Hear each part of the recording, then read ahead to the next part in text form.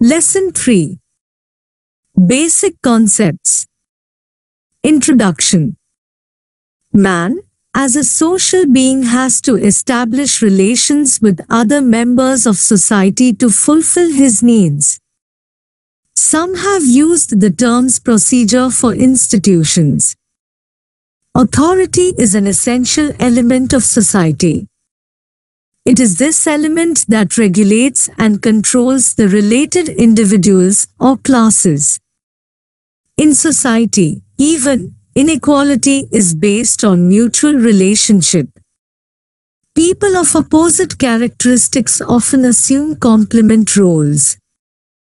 In any society, an individual cannot behave just as he likes. In the adjustment of the individual to society has to exercise certain restrictions upon human behavior. This control is exercised through tradition, mores, folkways, taboos, laws and norms. Society. A society is a group or association of individuals who live together for realizing certain common ends. It is an organized system of interrelated individuals. The most important aspect of society is the system of relationship and the pattern of norms of interaction by which the members of the society maintain themselves. Elements of society. Reciprocal awareness.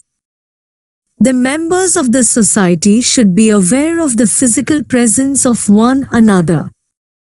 Without this awareness, there cannot be any social relationship. Likeness. Likeness is an essential prerequisite of society. The sense of likeness was focused in early society on kinship. In modern societies, the condition of social likeness is expressed in the principle of nationality or one world. Difference. Society also implies difference, and it depends on the latter as much as on likeness. All over social systems involve relationships in which differences complement one another. Example, family rests upon the biological difference between sexes. Interdependence. Interdependence is another essential element to constitute society. The fact of interdependence is very much visible in the present world. Cooperation. Cooperation is also essential to constitute society. Without cooperation, no society can exist. Unless people cooperate with each other, they cannot live a happy life. Family rests on cooperation. Usages and procedure. Man as a social being has to establish relations with other members of society to fulfill his needs. This results in mutual behavior which as time passes takes the form of usage and custom. The daily life of almost all members of society is made easy by these customs. They are handed on from generation to generation. Modes of action and procedures. Some have used the term procedure for institutions. Procedures for institution like marriage, religious belief, inheritance, etc., play an important part in society. Authority. Authority is an essential element of society. It is the element that regulates and controls the related individuals or classes. Authority is based on inequality in society and is present in all societies. It is evident at present in the relation between industrialists and laborers, and in the past between masters and slaves, landlords and serfs. Mutual assistance. In society, even inequality is based on mutual relationship.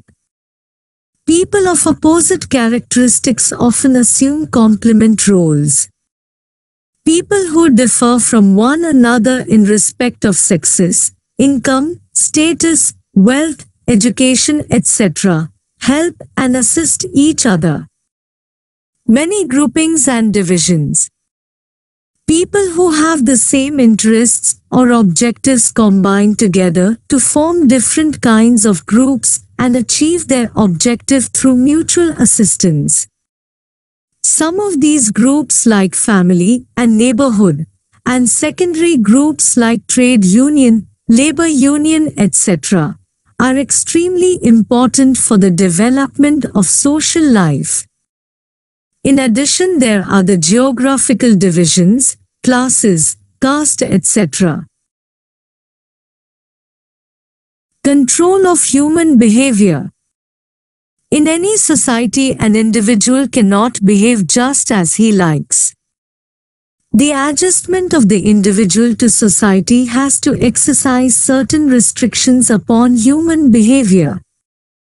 This control is exercised through tradition, mores, folkways, taboos, laws and norms. Liberty. If there are no liberties to balance the restrictions, society and individual cannot develop. In all civilized societies of the world, people have the freedom to get education, choose a desired profession, marry and beget children. Theories of the origin of society. Various theories have been put forward regarding the origin of society. The chief among them are social contract theory, the organic theory, and the group mind theory. Each of these theories has tried to determine the nature of the mutual relationship between individual and society. Some give free dominance to society while others attach more importance to the individual. Social contract theory. This theory views society as deliberately set up by man for certain ends. Hobbes, Locke and Rousseau were the chief exponents of this theory. All of them were of the opinion that before existence of a civil society, men lived in pre-social state called the state of nature. Then by mutual contract among themselves, society came into existence.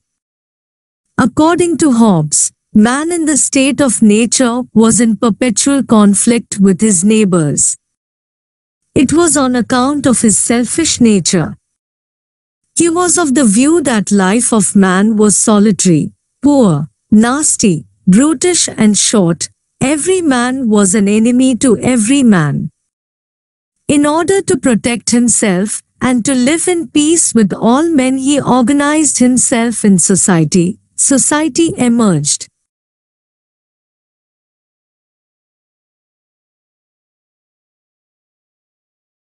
Locke, on the other hand, believed that the state of nature was not a state of war. It was the state of peace, goodwill, mutual assistance, and preservation. The only disadvantage was that there was no recognized system of law and justice in it. To get rid of this deficiency and to exercise his liberty, man entered into a contract, and thereby a civil society emerged. Rousseau held that man in the state of nature were equal, self-sufficient, and contented. They lived a life of happiness and primitive simplicity. But growth in number of man and the quarrels arising among them led to the formation of society. Criticisms.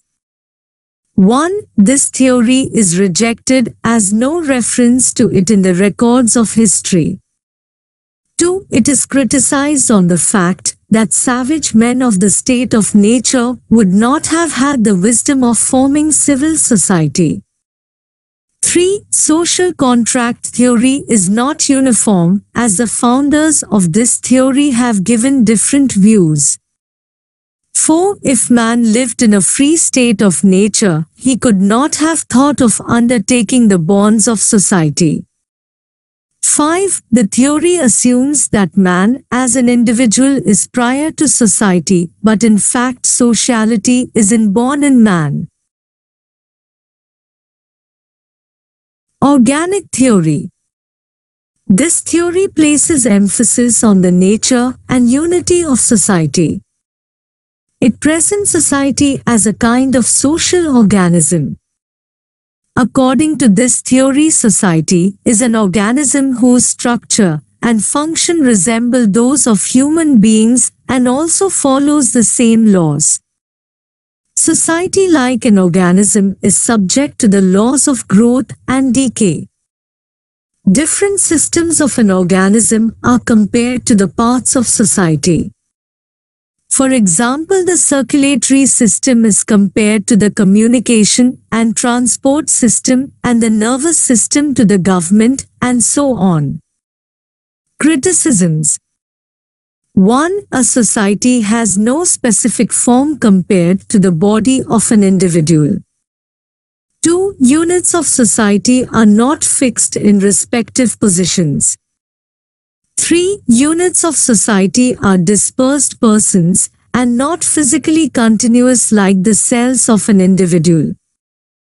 4. Society has no common sensorium or central organ of perception and thought as an individual has. Group mind theory. Here society is looked upon as a mind. It is the embodiment of the absolute mind and is the final state of the evolution of the mind. Group mind is superior to individual mind. Criticism. The critics say that society is something more than the aggregate of individual mind. They do not agree that society has a mind and will of its own distinct from that of the individual. From the above theories we find that the social contract theory gives importance to the individual, and the group mind theory and organic theory give importance to the society. But in reality the relationship is not one-sided. Man is a social animal by nature. He cannot afford to live alone, and his needs cannot be satisfied without the cooperation of his fellow beings. Feral cases. McIlva has 3 cases in which infants were isolated from all social relationships to make experiments about men's social nature. 1. The first case is Caspar Hauser, who from his childhood until his 17th year was brought up in the woods of Nuremberg. Even at the age of 17 he could hardly walk and had the mind of an infant. 2. The second case was of 2 Hindu children who in 1929 were discovered in a wolf's den. One of them died soon after the discovery, and other could walk only on 4 feet and could make only sounds like the wolf. 3. The third case was of Anna, an illegitimate American child who had been placed in a room at the age of 6 months and was discovered 5 years later. On discover, it was found that she could not walk and was indifferent to people around her. These are proofs of man's social nature. Human nature develops in man only if he lives in society. Summary. A number of theories have been first forwarded to explain the origin of society. They are the divine origin theory, the force theory, the social contract theory, group mind theory, etc. But none of these theories are satisfactory. Society did not come into existence all of a sudden. It is the result of gradual evolution. It passed through several stages before reaching to the present complex form. Thank you for watching. If you found this video helpful, please like, subscribe and share.